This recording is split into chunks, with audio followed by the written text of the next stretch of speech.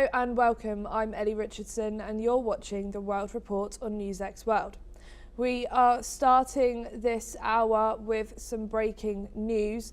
A powerful blizzard has struck the US northeast, dropping more than 2.5 feet of snow, bringing travel to a near standstill. Roads are closed, train services halted, and over 7,000 flights have been cancelled.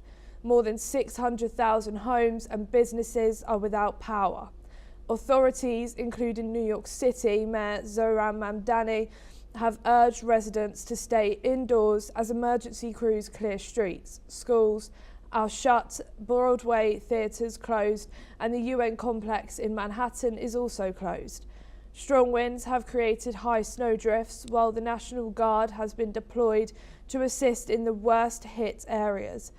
The storm has prompted states of emergency across 7 states, and FEMA continues to provide critical support despite funding lapses.